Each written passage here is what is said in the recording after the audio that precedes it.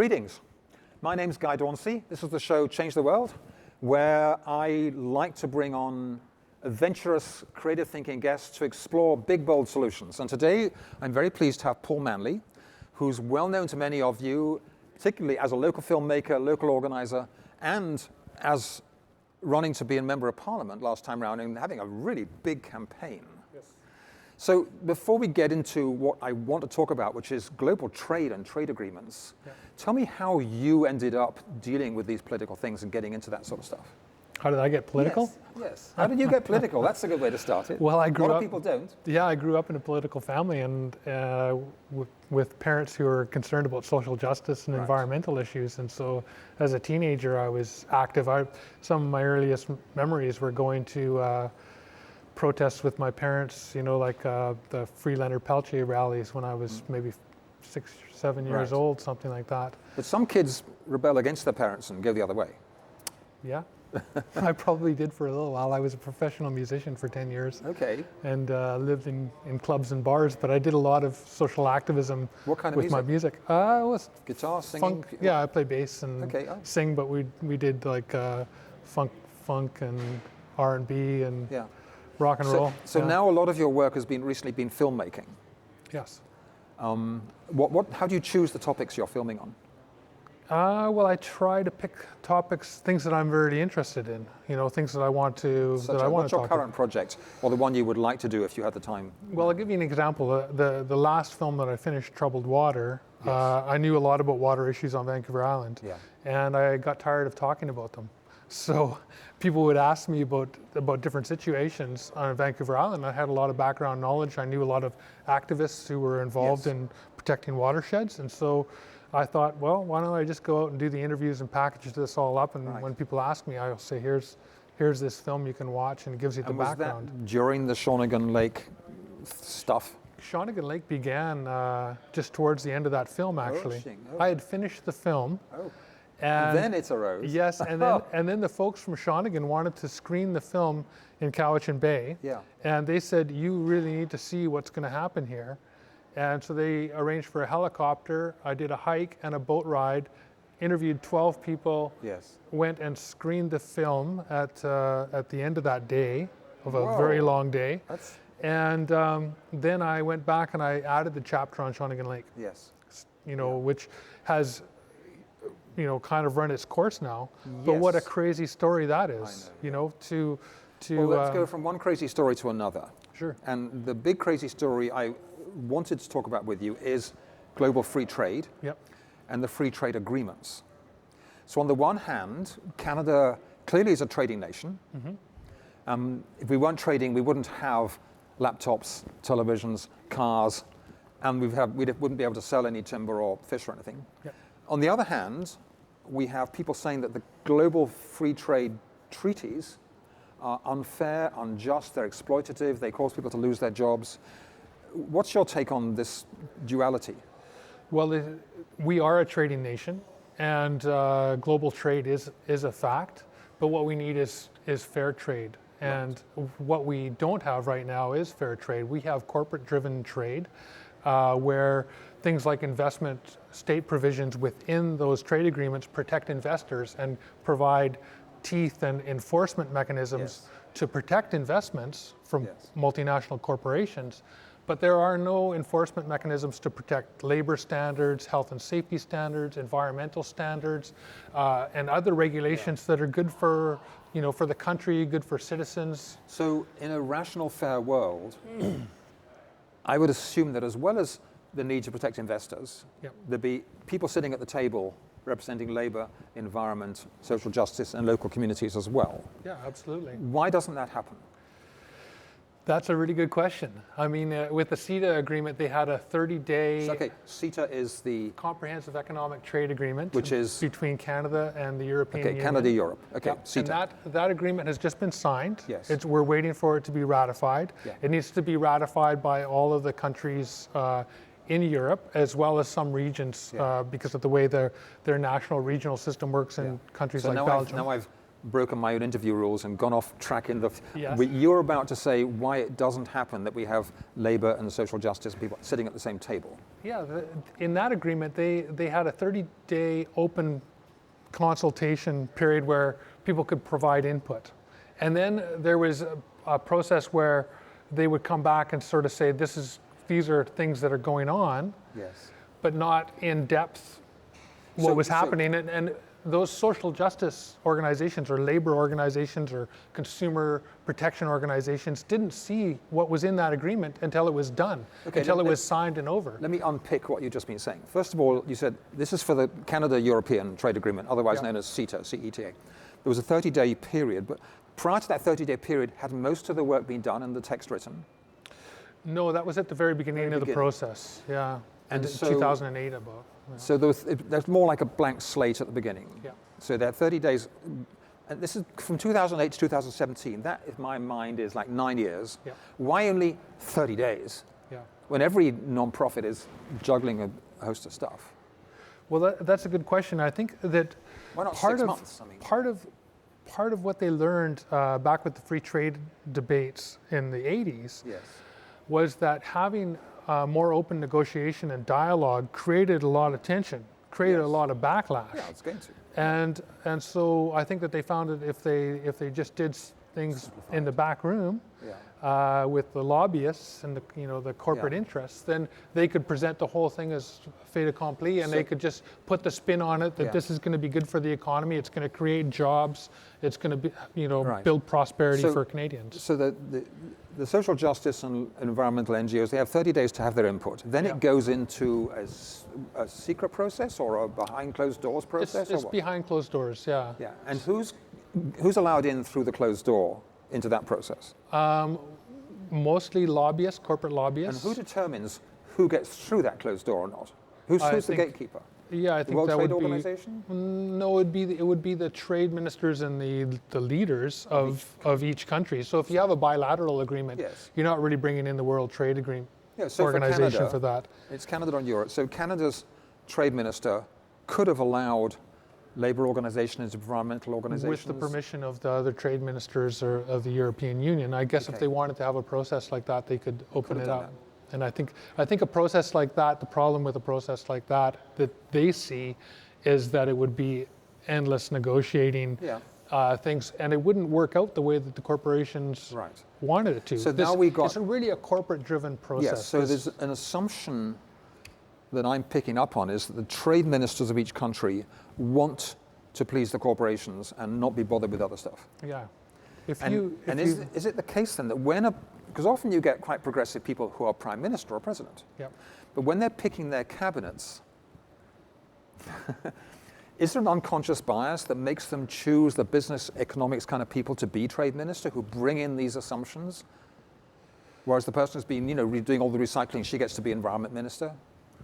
No, I think that the process is much more complicated than that, and I think that what we have really is in our democratic system is people that are put into positions that seem like they have a lot of power where they don't actually have that much power, and the power lies elsewhere. And so we have an organization. They just changed the name from the Canadian Council of Chief Executives. It used to be the National Business Council, and it's I can't remember the new name and acronym for it before, but they heavily lobby the federal government, and their offices are just off of Parliament Hill. And Tom D'Aquino, who was the former CEO of this organization, bragged about how much he influenced the conservative government on the trade agreements. And John Manley, who has been the CEO... No relative, right? No relative. He spells his name with an E. Okay. But he was the former industry minister for the Chrétien government, and he's got a lot of influence. And you look at the corporations that are involved with the Canadian Council of Chief Executives, as they used to be called.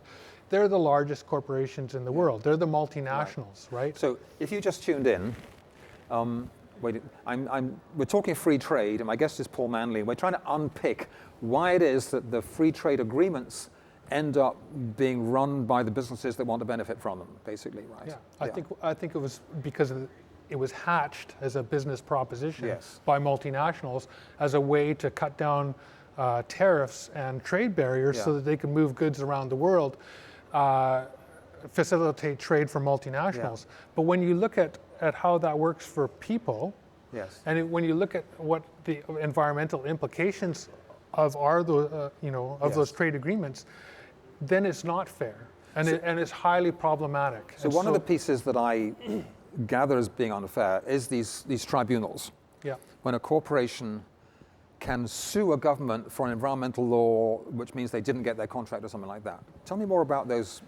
What are they called? Are they called tribunals? Or? They're called investor-state dispute settlement arbitration tribunals. Yes. Oh my goodness. So ISDS is the mechanism, and it's built into Chapter 11 of NAFTA. As you know, it's in the first free trade agreement. This is the first free trade agreement between the first version of NAFTA. Okay. Canada-U.S. free trade agreement. Okay.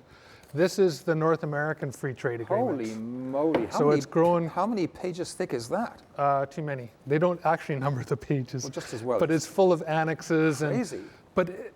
Chapter 11 of NAFTA was the free trade agreement was the first investor-state provision that allowed corporations to sue governments for laws and policies that got in their way of their profitability. So do you know what the term indirect expropriation means? No, indirect expropriation. So that's in the language of these trade agreements. It's in the investment chapter. And indirect expropriation has been interpreted to mean laws and policies that get in the way of investors. So expropriation is, direct expropriation is I'm going to take your property and build a railway through it.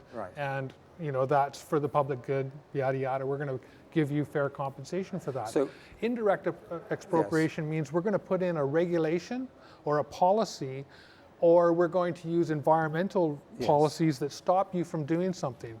And then fair compensation has been interpreted to mean the profits that investors could have made from this investment. And so you have a fracking ban in Quebec right now. And you have a company called Lone Pine Resources, which is actually a Calgary-based company with an office in Delaware.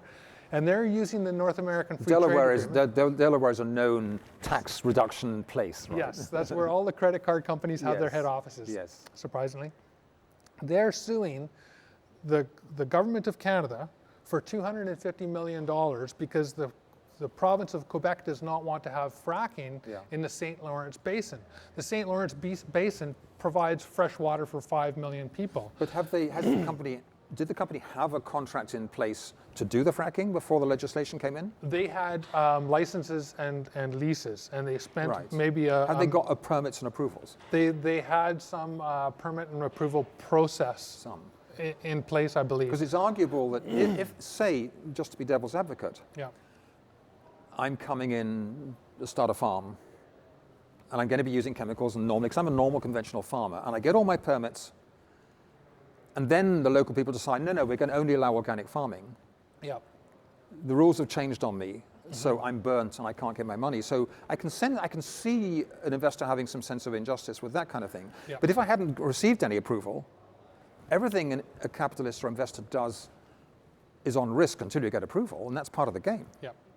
Well, I think with fracking, people didn't understand what some of the risks were, and they looked at other jurisdictions and how water tables were poisoned through fracking. And so if the company spent, $1 million or $2 million doing test drilling and things like that, then fair enough, pay them out for that. But they're suing for $250 million for the loss of potential profit. $250 million. $250 million. So another example of that is, I believe, on the goodness gracious, my brain's done a dump. The big pipeline in America. Keystone XL. The Keystone XL, where the environmental community organized hugely because of the climate crisis primarily to stop it. Obama said, okay, we're going to stop this because of the climate crisis. And TransCanada said, oh no, you've got to pay us $16 billion for our lost profits. For the loss of potential profit. We have another case right now, Bilcon, which is a quarry company based in New Jersey, and they wanted to put a quarry in Digby Neck in the Bay of Fundy. And the environmental assessment didn't pass, and part of it mentioned community values. Yes. And so they didn't pass the environmental assessment process, which is a process to assess whether this makes sense or not. And so they won in a tribunal in a 2-1 decision, and they're seeking compensation of $300 million for the loss of potential profit. These tribunals that are in these investor state agreements, they're made up of 3 corporate lawyers. It's an inside game. Sometimes one of these lawyers can be the arbitrator. So who gets sometimes they can represent the government, and sometimes they represent a corporation, and they switch around positions. So one time this guy could be representing a corporation. The next time he could be deciding between the corporation and the government. So in the Keystone pipeline issue, it's a very clear example that trade law trumps climate necessity. Yes. Like, it doesn't matter that the climate crisis is going to, cause devastation in the future, because my profit next year matters more. It's a classic example of that. Yeah. If we were going to be designing trade agreements for the future, and we're going to need to carry on trading, how do we design agreements that where you can't sabotage some of the most important issues on the planet in this kind of way? How do we stop that? Well, you need to have environmental chapters. Like we have, when I was examining the Trans-Pacific Partnership Agreement, the environmental chapter says a lot of great things, but it doesn't have any teeth. There are no provisions that say, if this country does not adhere to environmental standards, that there will be any sanctions, that there will be any repercussions. There are no... like should consult with or may consult with and all that blah blah stuff, right? Yes, it's that is exactly it. The language in it is very soft. It's it's the same with things like labor provisions in the Trans-Pacific Partnership. It says, the countries have to adhere to International Labor Organization standards, the ILO standards. Sounds great. And that ILO says you have to have a minimum wage. Sounds great. But it doesn't say what that minimum wage has to be, and it doesn't say that it has to be indexed on any kind of cost of living. So minimum wage could be $1 a day. Or pennies per hour. In Vietnam or Brunei. And the country's home and dry. Yeah. And so then, we're going to send all our manufacturing over to Vietnam, where we can pay people, dollars a day to build our cars or our TVs or whatever, and, live in subhuman conditions and work in subhuman conditions. So fundamentally, you're saying a trade agreement needs a chapter on environmental concerns, on issues, with the same teeth. Yes. And a chapter on social justice issues with the same teeth. And I presume a chapter on community issues in the community where a company's actually doing stuff. With the same teeth. Yeah, you need to be able to... And then and if you're still having tribunals, you need to have a lawyer representing each of those realms, if you like. Yeah, the other thing I would question is the need for tribunals to begin with, because do we not have a judicial system in this country that has, a history to it? And if we're dealing with countries and we're saying, well, we want to have a private tribunal system because this country doesn't have an advanced judicial system, should that not be part of the process of saying, you want to do trade with us and you want open trade and low barriers to trade.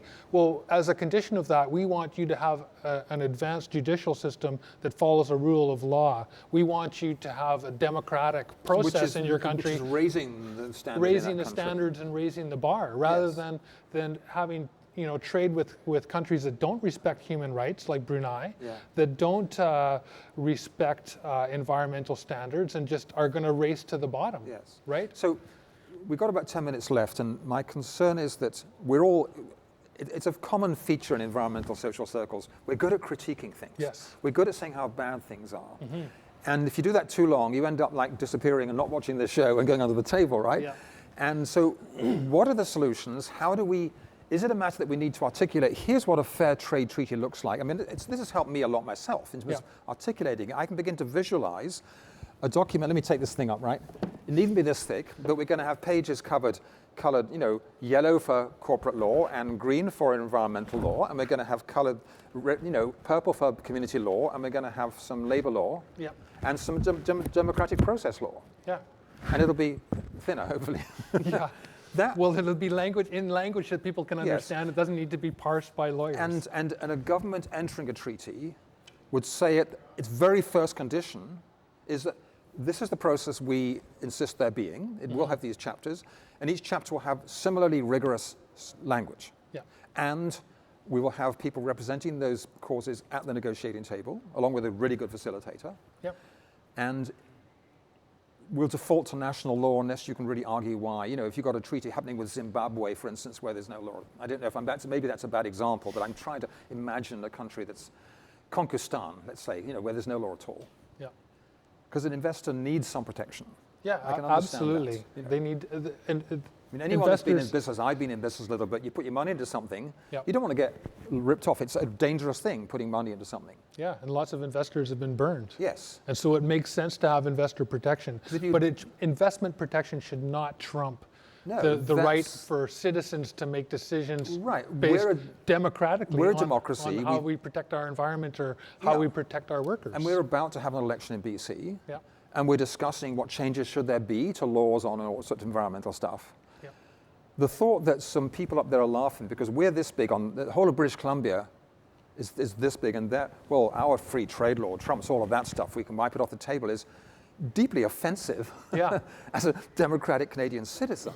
It's like no, that shouldn't be happening. Yeah. But does it take global organization to change a thing like this? It does. Who are the main organizations working on it? It does. I mean, the World Trade Organization, the negotiations under the WTO have stalled, mainly because there's been massive protest against these kind of multilateral agreements. But the European trade with Canada is almost home and dry, isn't it? Well, it's close, but it has to be ratified by 23 European countries. But they all ratified it, except for Flanders. They already ratified a version of it. No, they've signed it, but it hasn't been ratified It hasn't been ratified by their parliaments. So CETA hasn't been properly ratified yet. But that's so that's a process that it's going through. And I know from my reading, there's a far stronger protest movement in Europe than there seems to be in Canada. Yeah. It's much more visible. There's more. I mean, it's easy to have great big street demonstrations, but there's a lot of distress in Europe around these treaties. Yeah. Well, I think that the TTIP, the Transatlantic Trade and Investment Partnership, which is the same as CETA, but it's United States and Europe, they started to realize that the power of American corporations to be suing them for laws and policies to protect their environment, it undoes a lot of things. It undoes a lot of, once you start to allow privatization of public services, you have to open it right up, and it's hard to to make things public again. So let me ask you a very pointed question. With Canada, the way Canada negotiates treaties, is there any difference between the way it was done under Harper and the way it's done under Trudeau? No. No. Does that mean that the Trudeau government has just swallowed the whole neoliberal free trade, this is the way it's done agenda, hook, line, and sinker?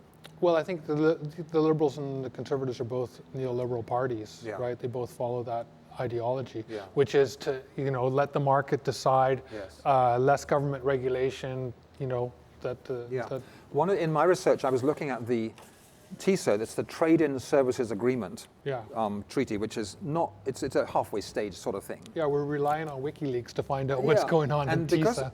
With some of the solutions that I'm looking at to build a new cooperative economy and change things would be banned under that. So public banking, post office banking, the regulation of Wall Street, the banning of high-risk financial products, financial transaction taxes, any state-owned businesses that are founded after the treaty. Like once the treaty is founded, you couldn't do a BC Hydro or a BC, the reversal of privatization. So in Britain, they want to take the railways. Some people are saying the railways are such a mess. Take them back into public ownership, and that wouldn't be allowed. Yeah, or all these water systems. The enforcement of any environmental regulations considered unfair burdens. That would all be against the law if this treaty got signed. Yeah. So to me, this is like alarming. It is very alarming. Laws favoring renewable energy. So the whole feed-in tariff that Germany and Denmark used to persuade the rest of the world to get more solar and wind energy would not be allowed under this kind of treaty. Yeah. Under the TPP, run into the same kind of thing, like the banking system. Yeah. The rules and regulations that we have in Canada meant that when Wall Street crashed in 2008, we didn't crash here. Yes. Those rules would be, and then they wouldn't be allowed under the TPP. And new, financial instruments like derivatives or hedge funds or things like that one country accepts, other countries would also have to The accept. other thing that's concerning to me is that I wrote that list in plain English. Yeah. The text of these things is sometimes 6,000 pages thick. Yeah. And this stuff is written in obscure legal economies. Yeah. So you've got to be a trained economist, which means you've swallowed neoclassical thinking to understand it in the first place. Or a trained lawyer. Or a trained lawyer. Yeah. And then if someone's got to finance you to do that, to study it, I mean, you can't do 6,000 pages of analysis in an overnight weekend read. You've got to devote 2 or 3 months to it non-stop. Best cure to insomnia I've found is trade agreements. So reading the TPP, and I read it, put me to sleep several times. Apart from you and some friends, who's working on this in Canada? Who's our watchdog? Well, organizations like the Council of Canadians, Yes. Canadian Centre for Policy Alternatives. Okay, Council of Canadians based in Toronto? Ottawa. National. Yeah. Canadian Centre for Policy Alternatives in Vancouver. They have regional, actually, they have regional offices. They're across as well. Their head office is in Ottawa. That's true as well, yes. Yeah. Any other?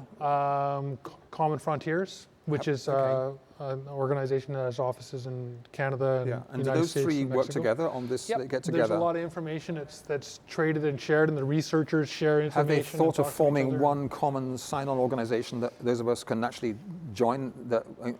I get stuff from Britain more informed on this than I do from Canada. Are you a member of the Council of Canadians, or you should sign up, Guy. I should sign up for that. Yes, I'm a member. CCPA, if you get the monitor. Yes. CCPA monitor is Good, excellent good source of material. Okay, so that's one for this kind good of source, stuff, right? Yeah, lots of really So good we got analysis. like 1 minute left on this thing. Yeah. What's the biggest change that you'd like to see politicians making, federally and provincially, to try and stop this corporate free trade juggernaut from overriding environmental and social issues? Well, I think people should be calling for renegotiation of things like NAFTA to create them as fair trade agreements, not the Trump model. But he's putting it on the table to renegotiate. Yeah. So this, in so theory, this is the time to put pressure on to time. let's get rid of the language in the investor-state provisions, or put more teeth into environmental and social issues. Is Chrystia Freeland, our trade minister, is she got an ear to listen to this kind of stuff?